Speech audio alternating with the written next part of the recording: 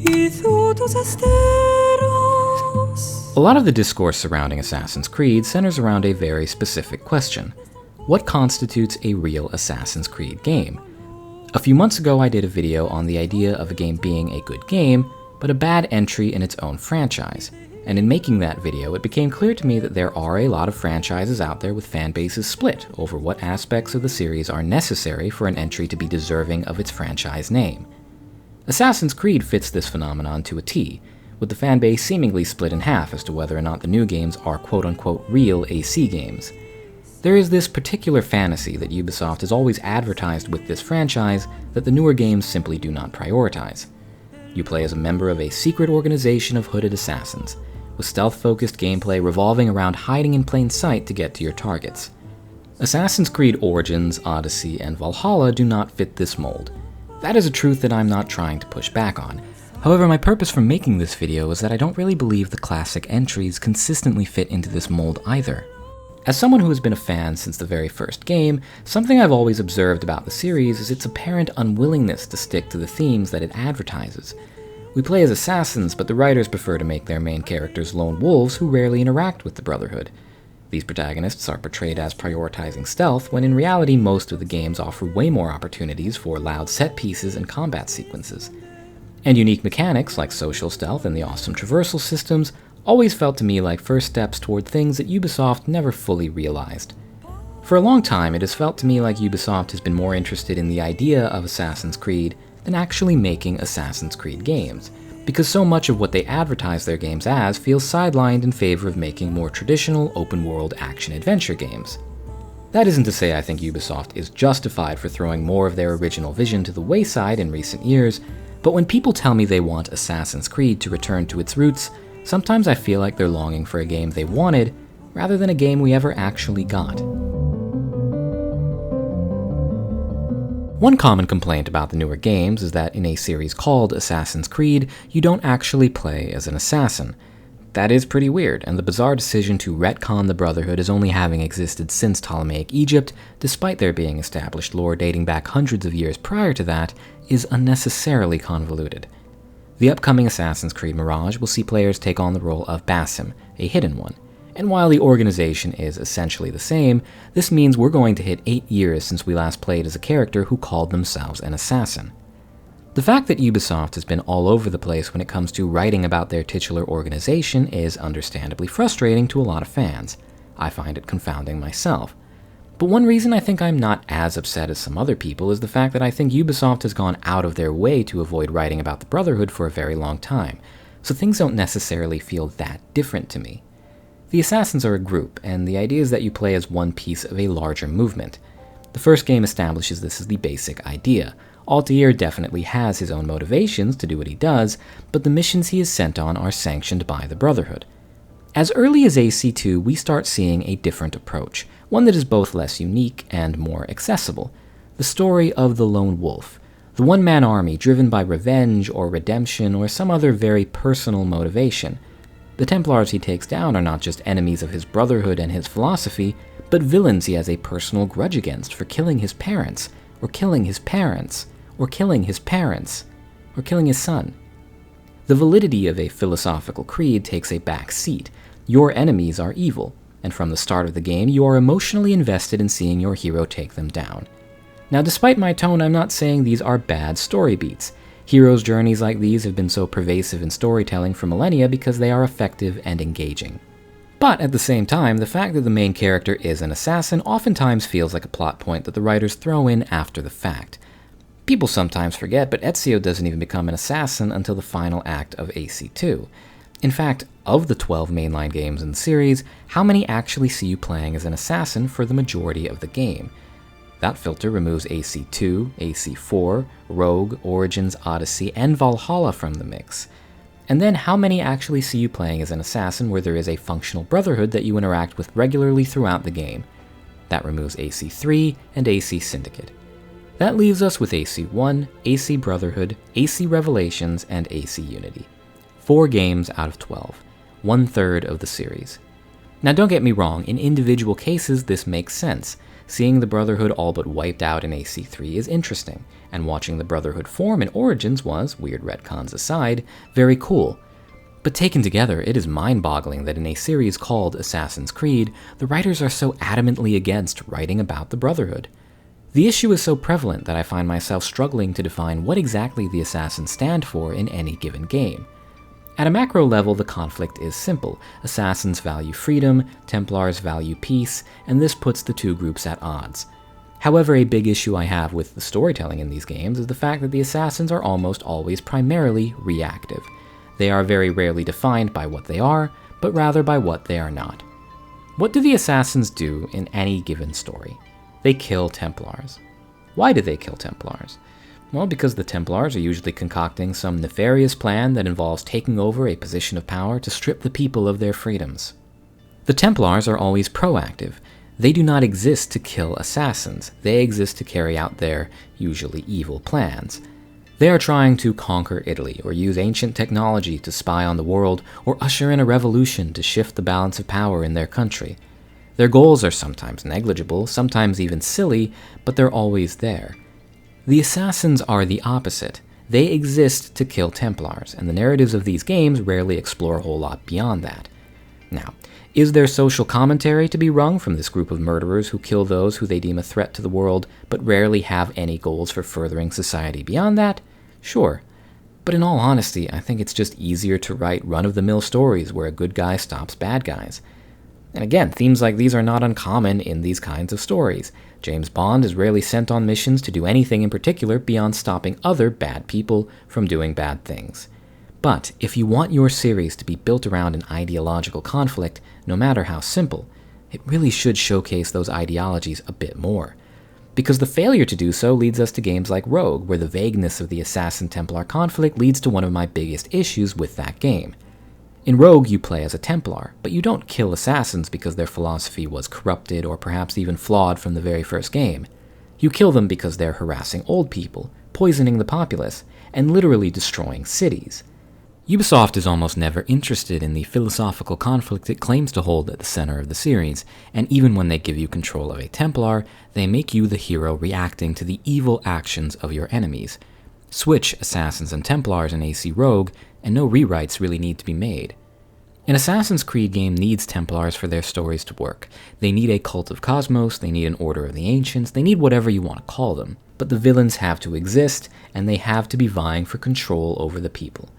But in order to tell the stories that Ubisoft wants to tell in this franchise, you don't really need assassins. Our hero doesn't need to be part of a secret organization to have the audience buy into him killing the patricidal Captain General who killed his uncle, or the creepy cultist who murdered his child. But by being part of one such organization, he does get a cool outfit. I would argue that in every game except for AC1, the hero's journey is the narrative focus, while the Assassin-Templar conflict is something that could easily be written out. I'm not excluding the 4 games I mentioned earlier from this distinction. Yes, they have the Brotherhood and your character is called an assassin from beginning to end, but that doesn't mean they excel in actually touching on the themes of liberty, peace, and the cost of both that the series claims to revolve around. They have the iconography, but is the assassin fantasy so shallow that all a game needs to garner praise is to have hoods and assassins, regardless of whether or not they're written well? Adherence to iconography is good, but in this series it often acts as a thin cover over Ubisoft's lack of interest in writing about the Brotherhood. Take Unity as an example. On paper, it's the most traditional portrayal of the assassin since the very first game, and yet, on my channel, I have an hour-and-a-half-long video on Unity, in which I spend 30 minutes going over my issues with the story, very much including the role the Assassin Brotherhood plays in it.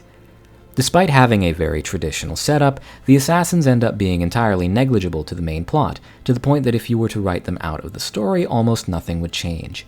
They give the main character training and tools off-screen, but he finds every target on his own, only goes for targets he has a personal vendetta against, and only interacts with the assassins twice in the entire second half of the game, with one of these instances being them kicking him out of the Brotherhood. It comes so close to subverting expectations and making the assassins more than just a group that reacts to the Templars. It sets up this cool backdrop within which the assassins are complacent, focused on infighting rather than the world around them. But it wastes any subversion by making almost all the assassins throwaway characters who have no impact on the story being told. Compare that to AC4. AC4 has been received better in general than AC Unity by quite a large margin, but there is a sect of the fanbase that sees it unworthy of the Assassin's Creed name due to how much it deviates from being an assassin, a criticism that Unity rarely gets. And yet, thematically, the assassins are absolutely key to Edward's story. He is not an assassin himself, but his interactions with the assassins directly shape his character development. He's not just some hero who kills evil Templars. He is a flawed man who abandoned his wife and became a pirate to chase his idea of personal freedom, until the assassins helped him realize the responsibility that comes from understanding that nothing is true and everything is permitted. It takes the themes of Assassin's Creed and actually does something with them beyond the typical hero's tale, exploring both assassins and Templars in a much more interesting light than some of the other games, where characters are defined more by what they wear than what they believe. But what about beyond thematically? Will the assassins just straight up get more screen time in AC4 than in Unity, despite Edward not being an assassin? And if you do the side content, there is way more content fleshing out the Brotherhood when compared to Unity. There are so many more interesting assassins in AC4, while Unity only has 2 whose names I can even remember. For a more extreme example, we can look at Odyssey. Cassandra's goal is to find her family, but the only way to do that is to take down the Cult of Cosmos. They are a clandestine group of people who have infiltrated Greece's highest positions of power on both sides of the Peloponnesian War, controlling everything from the war effort to the Oracle herself. The story is all about combining her quest to take them all down with her personal story about family and belonging. Cassandra is not an assassin. Assassins didn't exist yet in that time period. Again, weird retcons. She doesn't wear a hood by default, and she has no hidden blade. And yet, does that not sound like a traditional Assassin's Creed story? She fights against those who would make liberty an illusion in Greece, in many cases empowering the people to take control for themselves. Her personal quest is as individual as Ezio's or Bayek's or Arno's, and yet her overarching quest is as traditional as it gets. Certainly more so than Arno's half-baked love story/redemption tale mashup. Arno is an assassin and Edward is not. Arno has a hidden blade and Cassandra does not. I'm not trying to say that those things don't mean anything, but so many of these games use a hood and a blade to provide the illusion that they're trying to fit into the franchise's larger themes, when in reality this traditional iconography is just hiding yet another basic action-adventure story. I really don't think that Odyssey or AC4 put in less work than a game like Unity does when it comes to being an Assassin's Creed story. I think they just put less work into pretending they are. Now, none of this is to say that you can't be upset at how the newer games handle the assassins. As I will discuss later, iconography is important, and actually being an assassin is important. And for whatever reason, Ubisoft has seen fit to gradually strip these elements from the franchise. But the fact that slapping a hidden blade on Cassandra's arm and calling her an assassin would have calmed so many people down shows just how shallow the assassin fantasy can be, while also showing just how weird it is that Ubisoft doesn't just do that stuff. Since AC2, the assassins have felt like an afterthought in the writer's room, and Ubisoft has seemingly struggled to write the Brotherhood into these games for much longer than just the last 3 entries.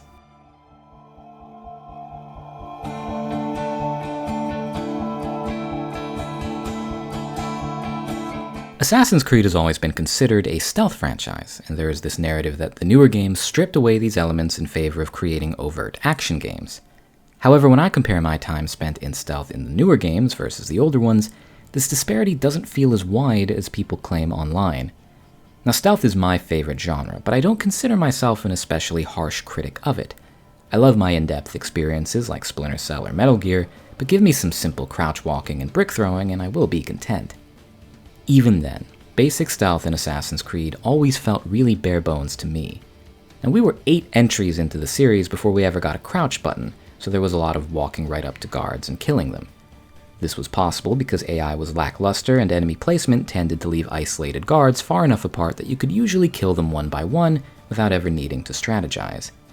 While other stealth games used tools to give you a fighting chance, AC games gave you tools that would just break the system in your favor, with overpowered smoke bombs and ranged weapons taking away whatever difficulty did exist.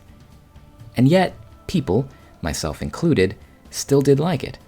And while the reason for that is subjective, I think there are 2 aspects of the stealth in Assassin's Creed that allowed it to stand out despite poorer core mechanics than the competition: the traversal and the social stealth.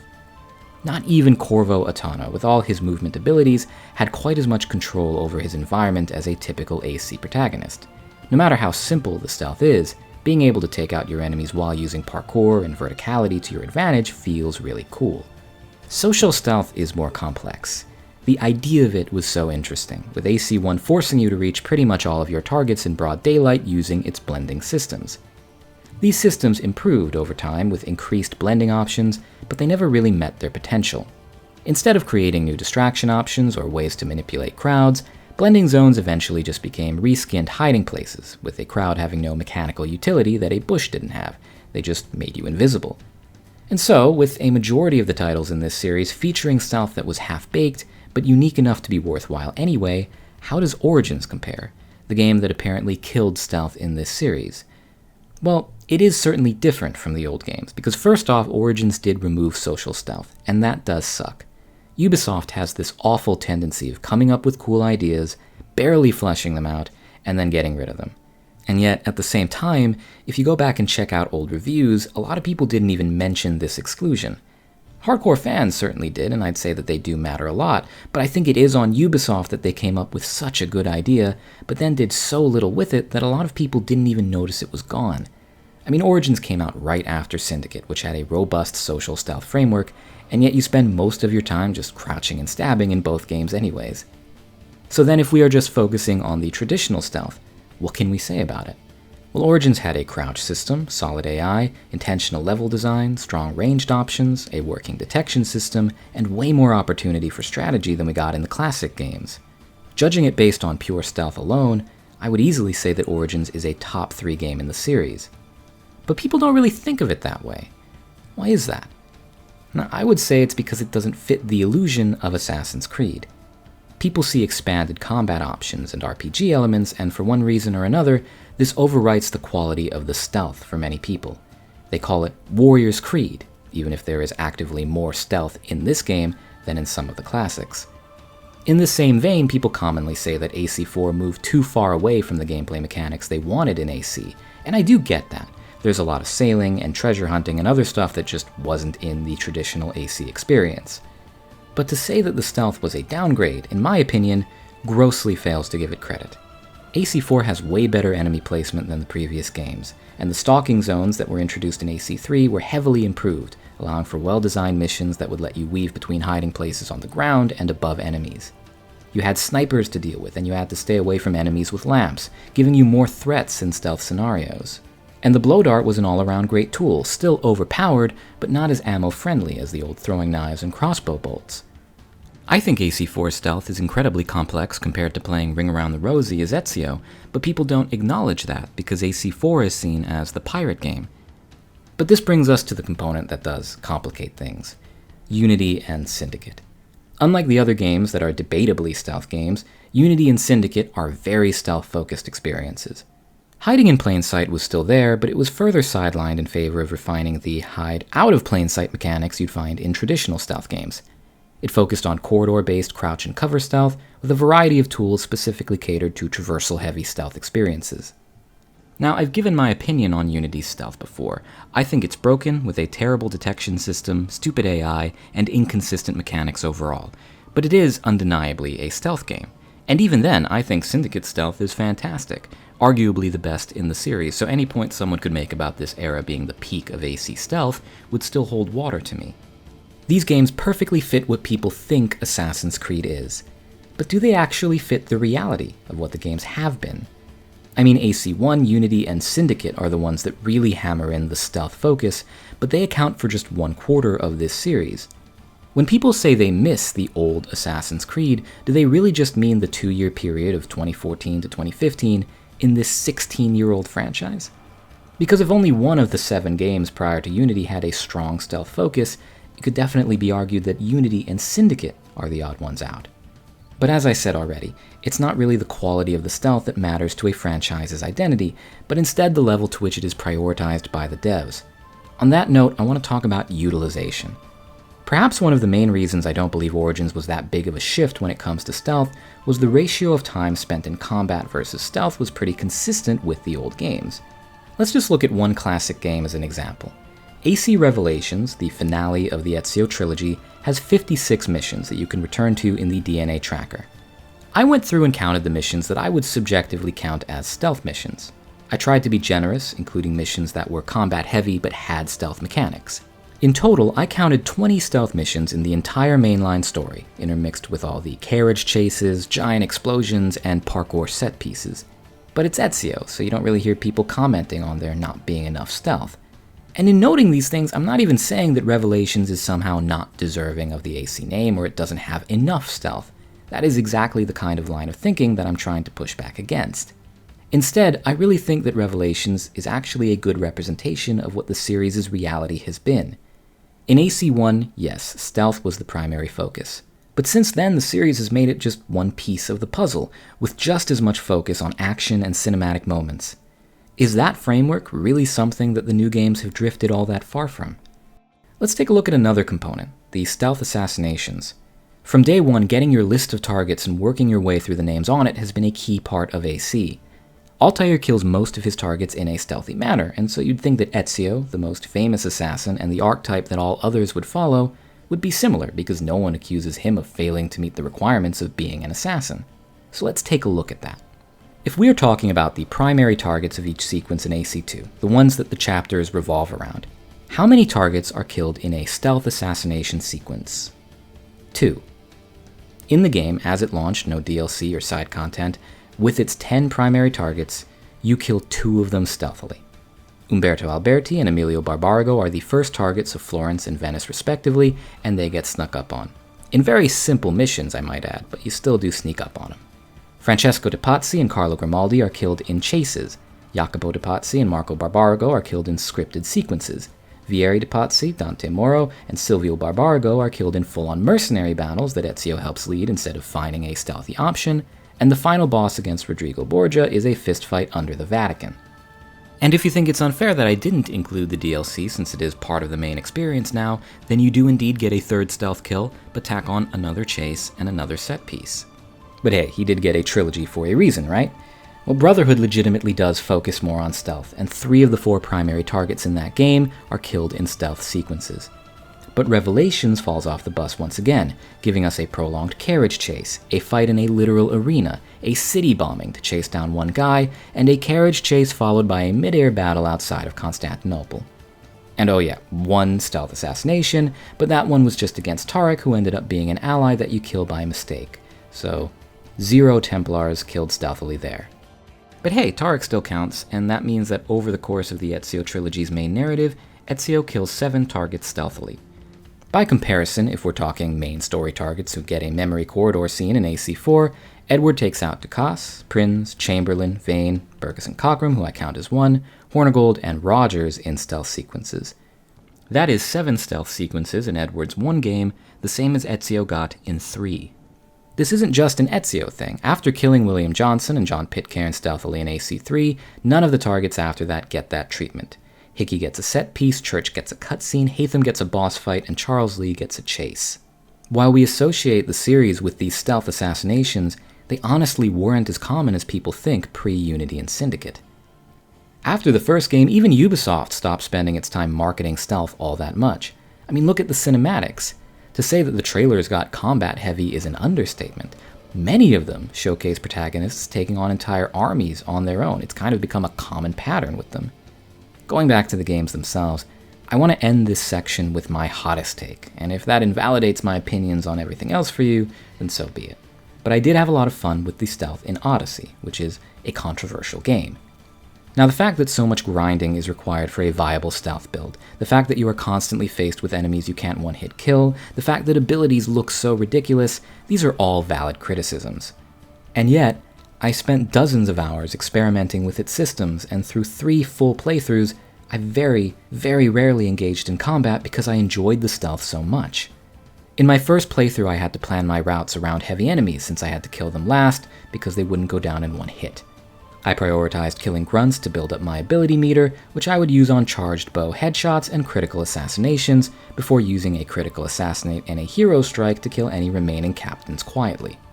My next playthrough, I experimented more, using the bird to distract enemies, rush assassinate to kill consecutive enemies, fire and poison arrows more liberally, and I slotted a perk that caused AoE damage to nearby enemies whenever I attacked with stealth damage. By my last playthrough, I had the Knife of Dalwyn, so my health was capped at 25%, and I could barely damage enemies in combat, but all assassinations were one-hit kills. Experimenting in Odyssey was honestly a blast, and I also do hope that they never do it again. It was indeed unbalanced, and it takes a lot of work to get to a place where it was unique and fun.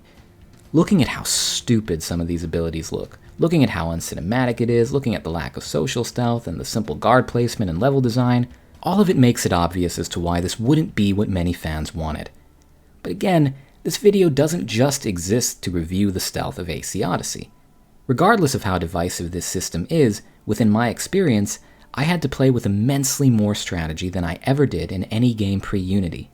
And if we are discussing the prioritization of stealth, I think it counts for something that I could play over 80% of Odyssey in stealth, constantly trying out new techniques, while in Revelations, a classic game, it was under 50%.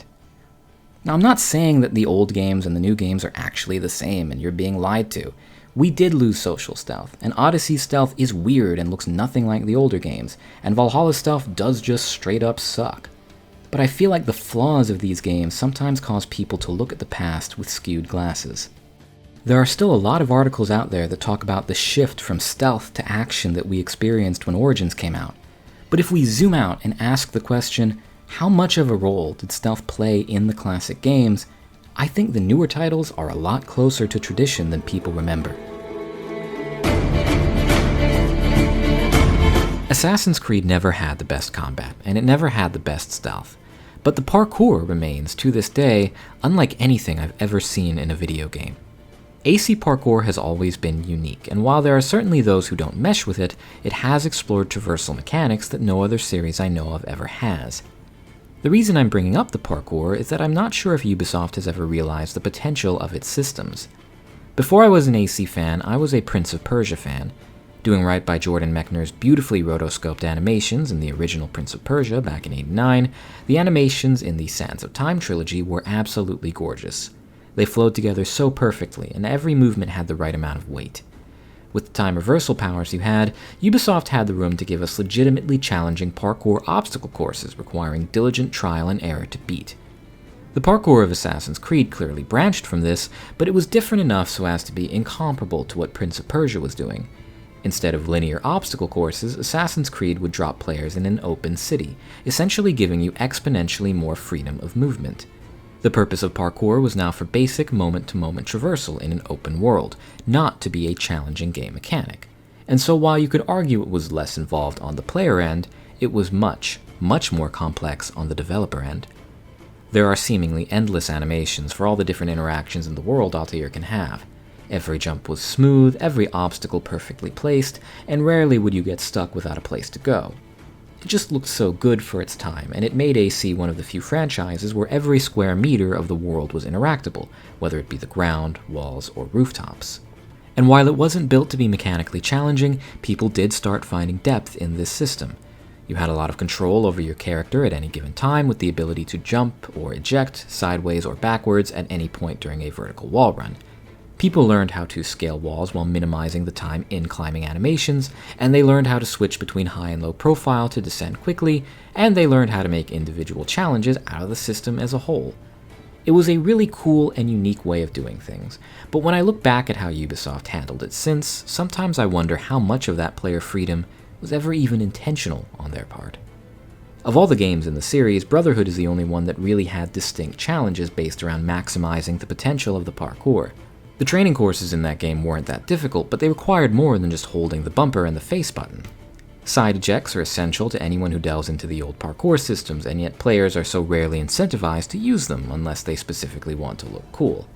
I can't think of a single scenario where a back eject was required in the main story that didn't put a tooltip at the bottom of the screen telling players to do it, because it's simply not something the devs expect you to be doing. I really enjoy exploring the old parkour systems, and I like watching videos where people showcase them.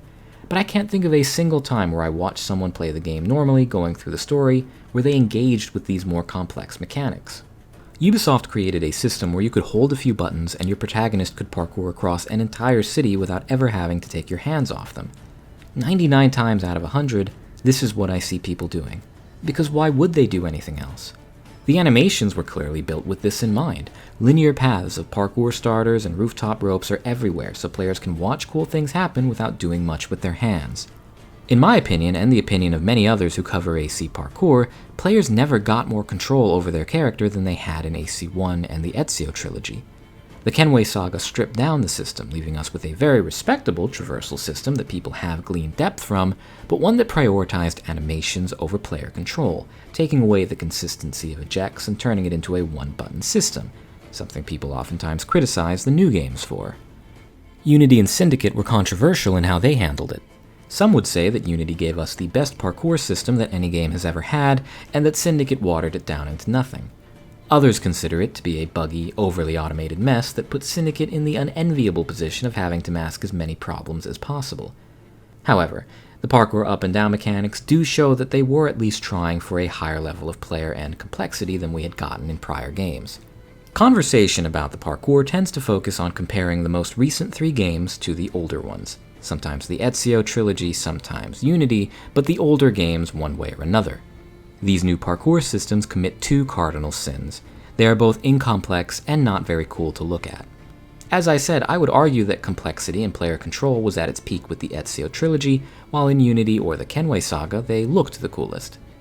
With neither of these things, Origins through Valhalla have gotten some much-deserved criticism. But at the same time, the immense popularity of the games can't be ignored either. For a lot of people, the stripped-down parkour was easy to accept and ignore. Why is that, when parkour was, as I said, one of the older game's defining features? Well, for a lot of people, it seems like things haven't actually changed that much. Like I said, there is a niche of people who love diving deep into these mechanics, and I do consider myself one of them. But from day one, most people I saw held buttons to auto-climb through the Ezio trilogy and the Kenway Saga. For a lot of people, pressing X to hold forward and climb automatically just feels par for the course, because Ubisoft so rarely included content that asked you to do anything else. Yes, diving into parkour is a niche interest, but that is because Ubisoft made it so by not giving players enough reasons to engage with it. One of the few instances where a dev video actually showcases parkour mechanics beyond holding buttons is this Unity gameplay video that had Arno using controlled descent to get to ground level in a series of gorgeous animations. The flip side is that this isn't even possible in the actual game due to changes made to the layout of the Notre Dame. All of the animations do exist, but I think it's telling that the one dev showcase of deeper parkour isn't even actually possible in the games themselves. I think there is a difference between fans who want the parkour to look good because they like watching choreographed videos online, and those who want it to be mechanically impressive, especially since neither camp has been happy recently. This is clear when looking at early reactions to Mirage. Some people who prioritize mechanics have been upset that Mirage is seemingly lifting its traversal from Valhalla, speeding things up a bit but not adding any complexity. But if you scroll to the comments, a lot of these gameplay showcases have people that are clearly happy with the fact that the level design allows for linear paths that look cool, saying that parkour is finally back. And so if actually utilizing side ejects and learning downward descent pathing is such a niche, while most people just hold buttons to watch cool animations, is complex parkour actually the real Assassin's Creed? I mean, it's certainly what I prefer, personally, but that's not really the point. Videos that showcase cool choreographed parkour online can get millions of views, and the comment sections are full of people lamenting the loss of in-depth parkour. And yet the videos that actually showcase how to pull off these moves are in much more of a niche, and it seems that most people like watching it more than actually doing it. Maybe holding a button to set off a chain of cool animations really just is in line with what most fans want from the series. Something I don't want to imply is that game companies should always migrate towards simplicity. Many genres, like character action games, thrive off building systems that are so complex that 90% of people won't even come close to fully exploring them. And, very often, it is creators themselves who crack open this complexity in ways the devs never intended.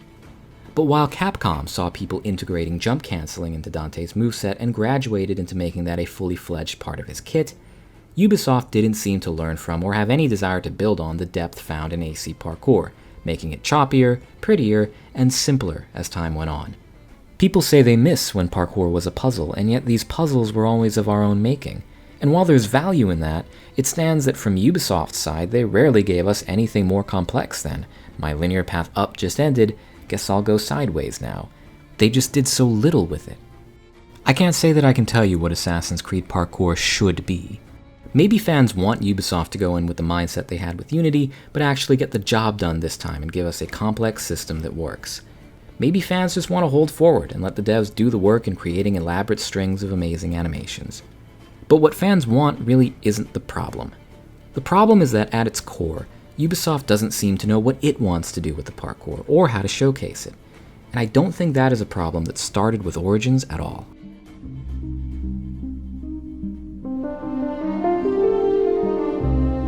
I want to be clear that I'm not trying to tell you that the new games are just like the old games.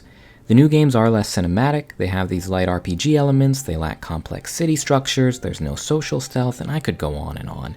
The old games had a certain panache, and even when that style was actually hiding shallower mechanics than we might remember, it still meant something.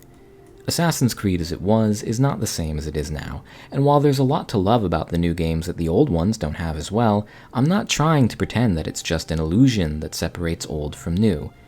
The little things that tie the games together matter, and Ubisoft seemingly couldn't care less about that continuity these days. But at the same time, there's this idea of Assassin's Creed that the series just never reached. It was a stealth franchise with mediocre stealth, about an organization that Ubisoft didn't want to write about, and where its most unique mechanic never reached its full potential. When people say they miss when Ubisoft cared about complex parkour and in-depth stealth and a focus on assassins, I'm not sure exactly when they did indeed prioritize those things. I mean, heck, I see people today saying that they miss when the modern-day story was prioritized, and as someone who closely followed the reactions to these games as they came out, I can definitely tell you that the consensus was not that Ubisoft was putting its all into Desmond's story. Now, does all this mean that we should abandon that original vision? Of course I'm not saying that. But I believe that Ubisoft has been working harder at giving us open-world action-adventure games than it ever actually has at giving us a game that matches that original pitch. And that's not something that started with the last 3 games. Whether or not this still unobtained vision of AC will ever be or even should ever be the reality of Assassin's Creed is something that I don't know. But I don't think we've ever gotten there yet. That's all I have for today. I know everyone has different ideas for where this series should go, and I'd love to chat with you in the comments or on my Patreon, which I have a link to in the description. But otherwise, have a great day, and do take care of yourself.